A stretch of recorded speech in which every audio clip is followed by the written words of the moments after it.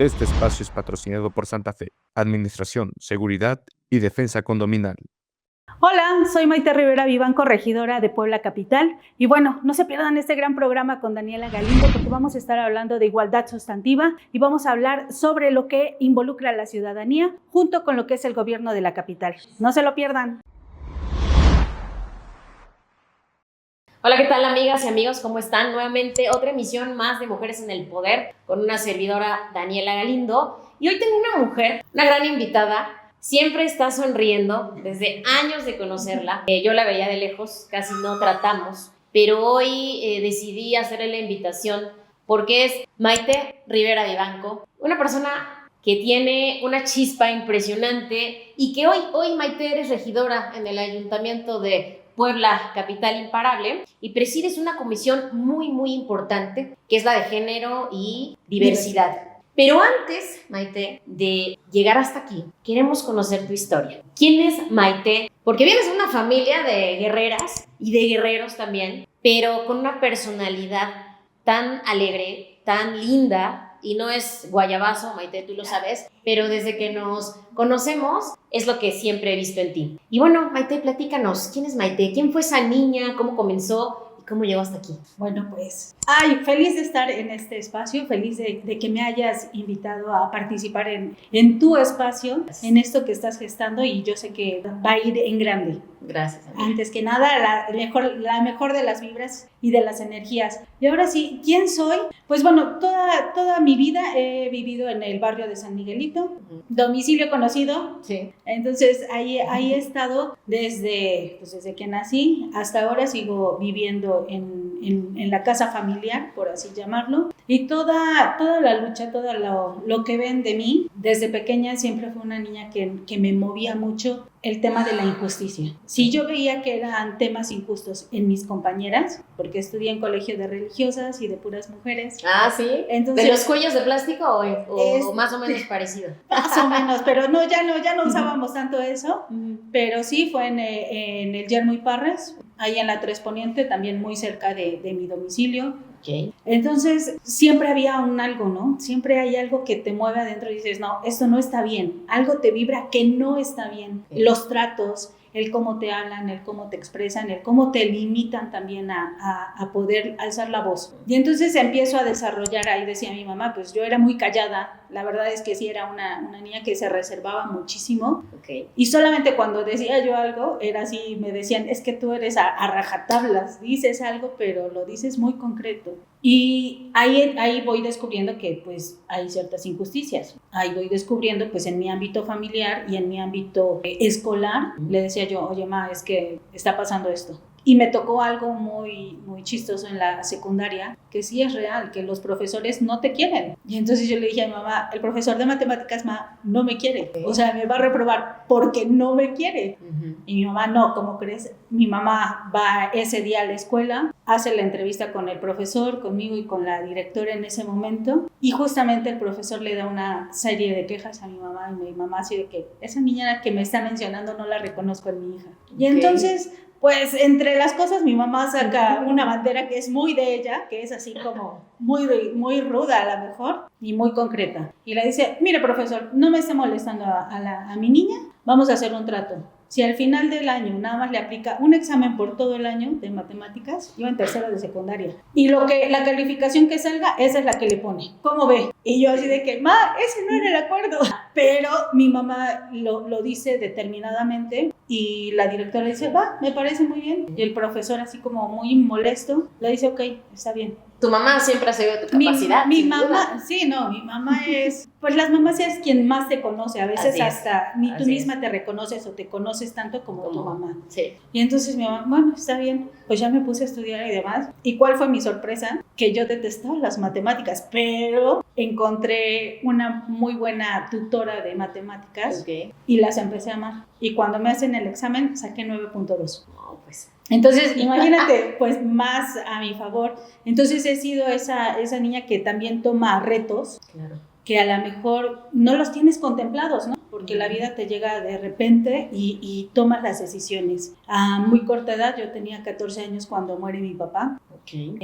Pues somos 6 hermanos, 4 mujeres, 2 hombres. A mí me toca ser la segunda, o sea, es mi hermana mayor, luego sigo yo. Y pues ni modo, te tienes que apechugar y decirle, pues vamos con todo, mamá. Yo estaba cerca de la escuela, cerca de donde fallece mi papá, porque justamente iba por mí ese día a la escuela, porque yo había bailado, estaba yo en danza folclórica, entonces íbamos a regresar los trajes y él iba en su camioneta para llevarme a entregar los trajes. Viene un infarto fulminante y pues ya nada más fue uno de mis vecinos y amigos de ahí mismo de la calle y me fue a traer a la escuela. Me dijo, oye, tu papá tuvo un accidente, pero tu mamá me mandó para que fueras a ver. Pues bueno, cuando llegué la sorpresa es que no había sido solo un accidente, ¿no? Ya había fallecido y no había más que hacer. Okay. Entonces, en ese momento, yo creo que mi mamá ya me había preparado poco a poco para tomar este tipo de decisiones, ¿no? El poder afrontarlo y enfrentarlo. Y me tocó estar con mis hermanos, con mis hermanas, el apoyar a mi mamá pues en todos los trámites legales que son muy engorrosos y más cuando se suscita en la calle, pues los peritos, el Ministerio Público, claro, en fin, o sea, todo este tema que al final del día te deja un aprendizaje. En ese momento no lo entiendes, ¿no? Como adolescente, pues te cuesta un poco más. Sí, claro. Y dices, ¿pero por qué a nosotros nos pasó esto? Pero poco a poco vas entendiendo, vas desmenuzando, vas dándole forma a lo que quieres. Y yo lo que quería era decir, oigan, que no sufran más familias lo que nosotras sufrimos, que te tienen ahí paradas horas en CEMEFO, que te tienen ahí horas para hacer un trámite, que no puedes opinar, porque ya está la ley. Y cualquier cosa, vaya y quéjese con las autoridades competentes. Entonces desde ahí empieza esa necesidad de querer participar ya en la vida pública. Okay. El poder alzar la voz y decirle, oye, no estoy de acuerdo con esto. Poco a poco, pues nuestra familia pues sigue adelante, mi madre sigue abanderando la familia, mis hermanas, mis hermanos seguimos estudiando, nadie dejó de estudiar, que eso fue muy padre. Y entonces llega 2005, yo ya estaba a la mitad de la carrera, estaba estudiando informática con especialidad en programación de base de datos. Okay. En escuela pública, que es la UTP, la Universidad Tecnológica. Así es, y en eso pasa un abrupto muy importante y relevante en Puebla, que fue el tema de Lidia Cacho, el tema de la tortura para con una mujer, ¿sí? O sea, con todo este tema, y entonces fue la indignación, porque nosotras ya veíamos noticias, nosotras ya nos informábamos, pero yo lo veía de lejos, ¿no? O sea, decía, no, o sea, el llegar a ver a una persona que sale en la televisión, pues lo ves muy lejos, ¿no? ¿Y cuándo me va a pasar si estoy aquí? Nunca, ¿no? Nunca esperas a que la vida te tome en cuenta o que llegue ese momento para conocer a las personalidades que ves en la televisión. Pero empiezan las noticias, empiezan los temas, empieza que el gobernador está pasando por esto, el tema de por aquí, el tema de por allá, y pues sí nos genera una indignación. Mi mamá dice, vamos a ir a la marcha. Okay. Del Gallito al Zócalo. Y a mí me tocó esa parte porque yo trabajaba en derechos humanos. Ajá. Justo le tocó a mi presidente todo ese tema de Lidia Cacho, sí. Y entonces nos dice mi mamá, bueno, vivimos cerca del Paseo Bravo, dice, nos vamos a ir a la marcha. Sí, claro que sí. Y en la marcha empezamos a ver todo el tema de información, las cartulinas, y pues ya ahí nos tocó ir gritando en el video que hay del documental justamente de esa marcha. Ahí salimos, ahí sale mi mamá, ahí sale mi hermana la más pequeña, también Ana Laura Martínez, que fue regidora, sí, que viene también en esta gran lucha, y más, ¿no? O sea, también había mucho más mujeres que ya estábamos participando en ese tema de alzar la voz de la política, claro, de irnos involucrando. En ese mismo año se da la primera marcha del silencio por el desafuero con Andrés Manuel, y mi mamá dice, vacíen sus agendas tan ocupadas que puedan tener y nos vamos a Ciudad de México. Nosotros, ok, sale el camión a las 5 de la mañana y nos vamos a ir. Y yo ya di la cooperación, así que se preparan. Pues todos así de que a las 5 de la mañana íbamos literal con nuestra cobijita así, nuestra chamarra ahí. Y así no teníamos como la visión más allá de lo que podía pasar. Okay. Nosotros dijimos, bueno, pues yo creo que es una marcha como la que acabamos de tener por acá. Vamos a participar. Pero al llegar allá y ver mares de gente que tenían esta visión de apoyar a una persona que en ese momento yo conozco a Andrés Manuel López Obrador, y lo que a mí me mueve es justamente que empieza a hablar del amor. Ninguna persona de los políticos que yo había escuchado en la misma capital, en las noticias y demás, nadie tocaba el tema del amor. Como esta persona que decía que hay que tener amor al prójimo y al próximo. Y entonces decía, ya me está haciendo clic, porque en mi escuela, con las religiosas me dijeron que hay que amar al prójimo. Y decía Teresa de Calcuta, el que dar hasta que duela, ¿no? O sea, si hay algo que nada más lo das porque sí, pues no, algo que te cueste, ¿no? O algo que haya un sentimiento, una emoción, un algo. Entonces me hace clic, dije, sí, puede ser. Y luego, pero hay que trabajar para todos. ¿Es la primera vez que lo conociste ahí? Es la primera vez que lo conozco, es la primera vez que escucho a este señor hablar de esas palabras y decir que amor con amor se paga. Y mi papá siempre nos decía, ¿no? Que él nos amaba, que a lo mejor era rudo y no todo el tiempo nos decía, ay, te amo, mi amor, eres lo más lindo. No, o sea, él era como todavía muy, muy rudo. No a todas sus hijas e hijos nos decía esas palabras, pero nos decía, yo pago tu escuela y tienes que ser la mejor, porque es para ti, no es para mí. Nadie más va a estudiar, nadie más va a tener nada productivo si no eres tú. Claro. Y entonces me empieza a hacer clic, dije, no, lo que dice este señor es cierto. Y luego tantísima gente que no te imaginabas, y todos así con cubrebocas, porque era la marcha del silencio, y esa era la marca de esa marcha, que no íbamos a gritar, sino íbamos en paz a escuchar a esta persona y el decir por qué lo querían, querían el desafuero. Y entonces pues ya, mi mamá me encarga, porque es de decirte que esa era mi chamba, ¿no? Mi chamba era cuidar a mis hermanitos.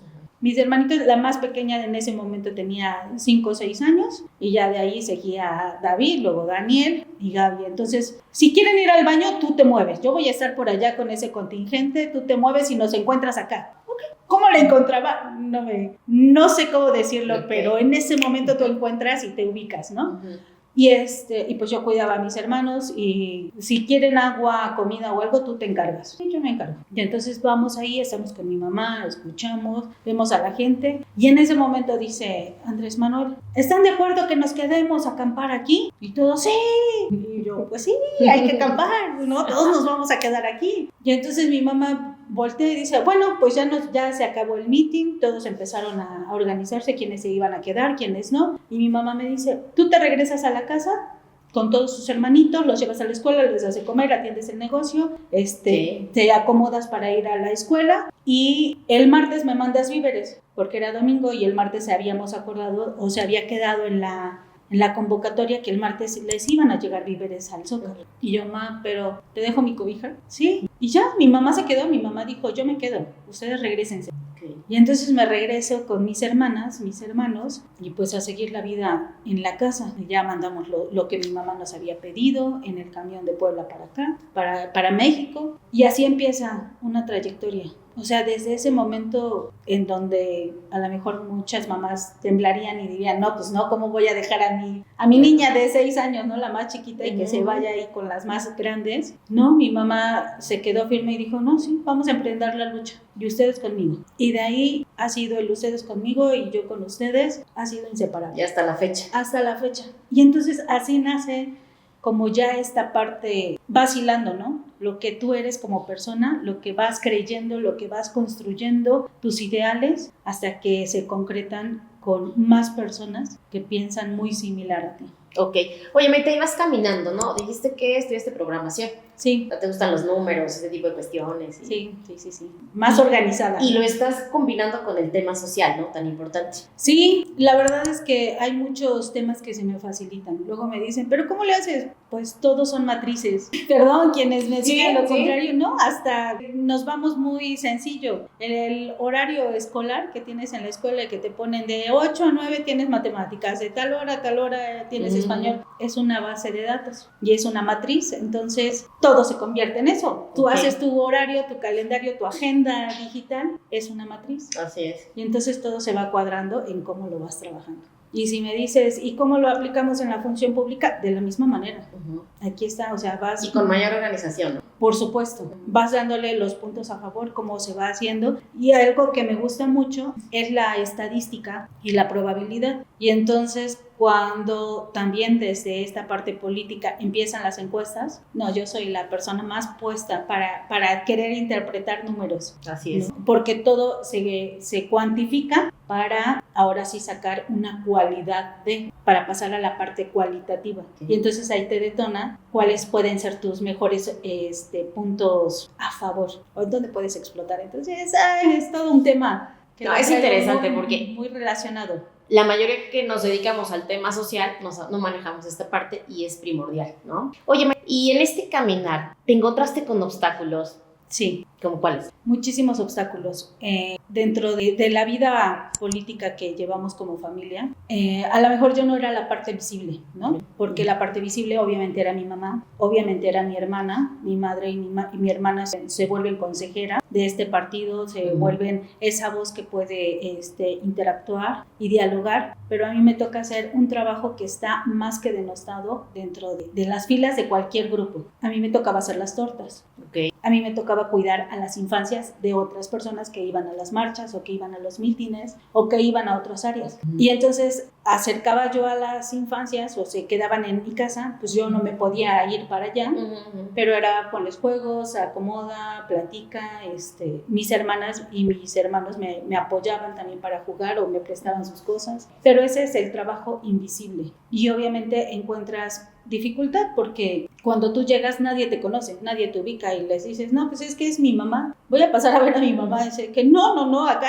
la señora Eloísa nada más tiene una hija y es Claudia, y yo también soy, Oye, son idénticas. y entonces es ese trabajo y que muchas veces, bueno, cuando nos toca estar en el ejercicio, hago la cuenta de que lo mismo le pasó a Natalia Serrano, porque era su casa, era su negocio, ella cuidaba, protegía y alimentaba a sus hermanos, hermana, madre, cuñada, hijos y adjuntos, ¿no? Así es. Y entonces nadie la reconocía hasta no hace pocos años. O sea, ese trabajo siempre ha sido como el invisible, siempre ha sido el que no estás, pero sin embargo yo no lo he sentido así, porque alguien siempre tiene que estar reforzando. Sí. Y entonces el sentir que he respaldado a mi familia en todo momento para que haya ese empuje, para mí es gratificante. Obviamente te demeritan, por supuesto, porque es lo mismo que le mencionaron a la presidenta de la República. Vamos a tener una ama de casa en el gobierno.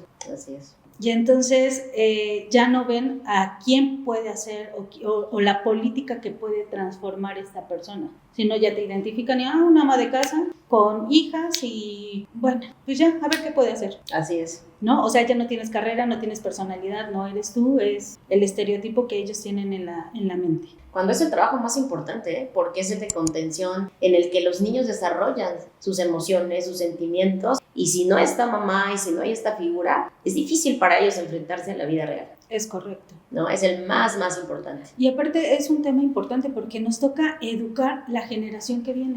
Y me dicen, ¿por qué les dedicas luego tanto tiempo a tus hijas? Porque ellas me van a cuidar cuando yo sea adulta, mayor. Y entonces ellas pueden pasar la información a otras hormiguitas como ellas de su generación para procurar nuestras políticas públicas a futuro. Porque ellas van a ser las próximas votantes. Así es. Porque ellas van a decidir qué es lo que quieren para este país. Y entonces necesito enseñarles a que tomen buenas decisiones. Así es. Para mí, para otras personas, ¿no? Porque en esa parte es defender los derechos humanos. Todas las personas necesitamos de algo y de alguien. Y esa parte creo que es muy importante y muy fundamental para poderlo hacer. Si bien tengo una carrera como muy cuadrada, lo he reforzado con el interés de ser mamá. Siempre quise ser mamá. Sí, Entonces para proyectarme el ser mamá, pues sí me puse a leer y como venía y infancias, primeras infancias, las temporadas de desarrollo cerebral, la plasticidad, y entonces esto me lleva a temas más psicológicos, emocionales, mindfulness y empezar a leer, ¿no? Así de que, este artículo me gusta. Ahora mézclalo con la parte social y ahora mézclalo con la esencia que traes como persona. Pues yo creo que fortalece mucho la identidad que tienes. Oye, pues de admiración, Maite, porque ser mamá, estar en un cargo público, ponerte a investigar qué es importante para tus hijos, pues a veces se nos dificulta, ¿no? Y el objetivo es ser equilibrados. Oye, para nosotros eres una mujer poderosa. Por eso fuiste invitada. Muchas gracias. Bueno, porque todas somos poderosas, somos capaces de crear muchísimas situaciones a nuestro alrededor y de transformarlas, ¿no? Maite, hoy eres regidor en el ayuntamiento, platícanos, ¿qué haces? ¿Cómo te sientes? ¿Todo fluye bien? ¿De repente te encuentras obstáculos o todo va de maravilla? No, no puedo decir que todo va de maravilla, va avanzando al ritmo que a lo mejor lo podemos ir proyectando quienes estudiamos esta cadenita de la política pública, ¿no? Para las mujeres. No todo es felicidad, ¿no? ¿Por qué? Porque nos falta todavía la reeducación en algunos compañeros y compañeras. Okay. Si bien estamos avanzando y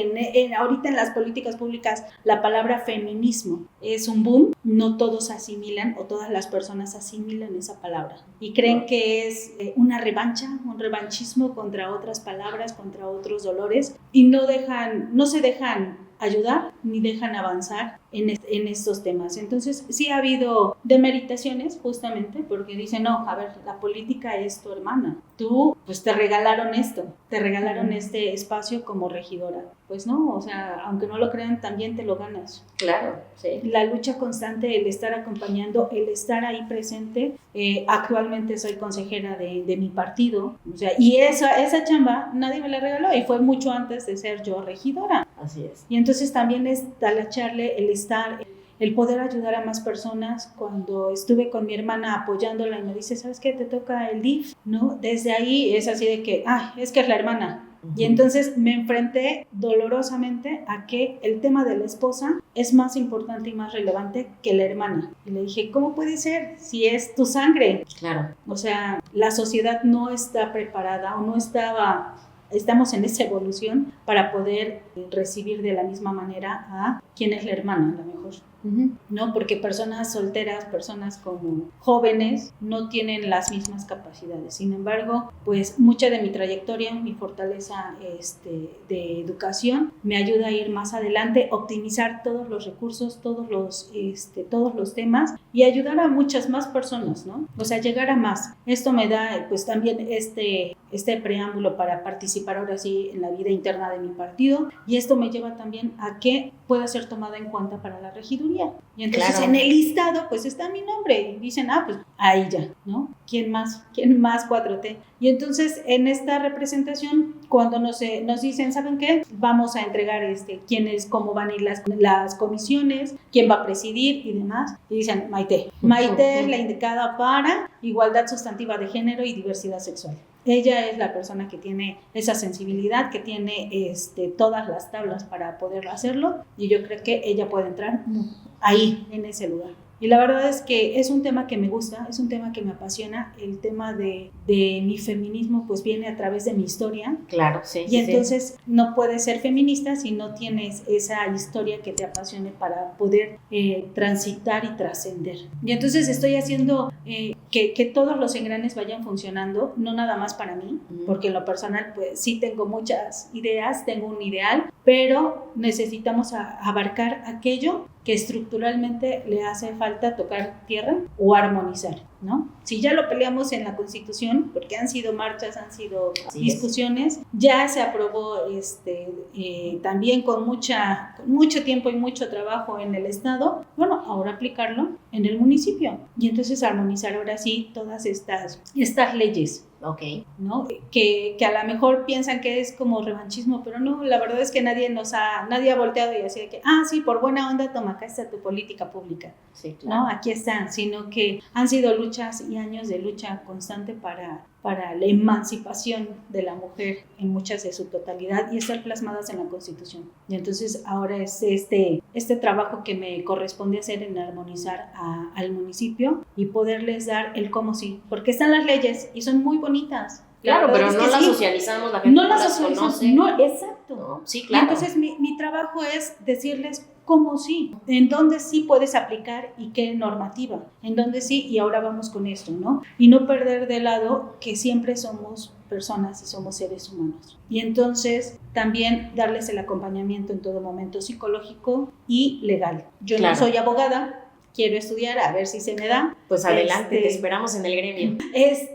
Pero sí a darles ese acompañamiento, ¿no? Claro. Para que pueda ir de la mano y que se pueda trabajar en lo legal que creo que es un 20-30% siempre del 100% del problema, y lo demás es emocional. Así es. Lo demás es la toma de decisión, el que ya lo decidiste y ahora cómo lo transitas y cómo lo vas a finalizar. Así es. Y entonces entran varias áreas también de la psicología, varias áreas en donde podemos abrazarles y tejer redes de apoyo, siempre y en todo momento. O sea, decir, ¿sabes qué? A lo mejor no te puedo ayudar con el tema legal porque no soy Poder Judicial o no soy Fiscalía, pero te escucho. Si quieres vamos y nos echamos un café o los cafés que necesites para que me platiques. Así es. Y ese tema también ayuda a la sociedad. Pues ya lo veíamos en la cultura de la paz, ¿no? Ponerte en el lugar del que tienes enfrente, poder entenderlo, ser tolerante. Maite, dime, para ti, ¿qué es ser una mujer poderosa? Una mujer poderosa, primero es aquella que descubre cuál es su poder y sobre su poder lo trabaja y lo brinda para las demás personas. Oye, si tuvieras un superpoder, ¿cuál sería?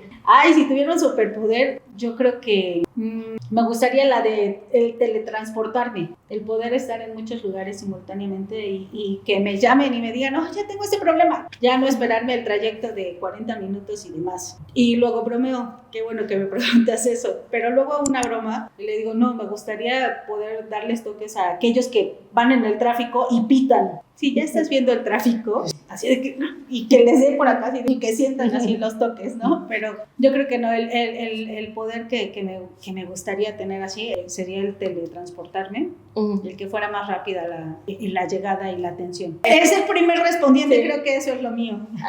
Oye, Maite, pues qué gusto. Yo describí al inicio del programa una mujer alegre, una mujer visionaria, pero hoy conozco más de ti como una mujer de causas justas, una mujer que le ha costado, que ha estado tras bambalinas, donde realmente se trabaja, y hoy estás aquí al frente y con nosotras. Tenemos una aliada más en el Ayuntamiento de Puebla, Maite Rivera Vivanco, regidora. Y mi querida Maite, te agradecemos muchísimo por habernos acompañado. No, muchísimas gracias a ti, Dani, y que este proyecto, este gran proyecto, le sirva a muchas más mujeres y que vaya para arriba y en grande. Gracias, amiga. Y les recordamos, este 14 de febrero, no se pierdan un programa especial con nuestra psicóloga de cabecera. Vamos a hablar del amor propio, ¿no? Siempre pensamos en los corazoncitos y el novio o la novia, pero ¿qué hay de nuestro interior? ¿Cómo estamos nosotros por dentro? No se lo pierdan este 14 de febrero. Le mando un abrazo a todos y muchas gracias por acompañarnos.